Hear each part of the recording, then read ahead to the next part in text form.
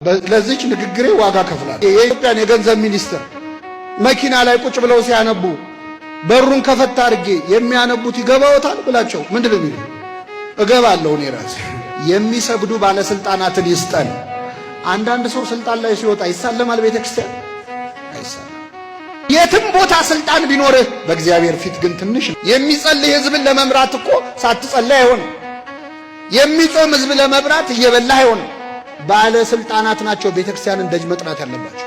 አያችሁ፣ ቤተክርስቲያን ባለስልጣናትን ደጅ መጥናት የለባትም።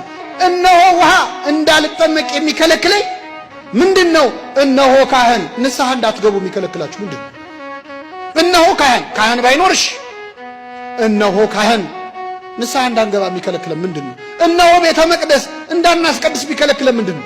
እነሆ ቁርባን እንዳንቆርብ የሚከለክለን ምንድነው?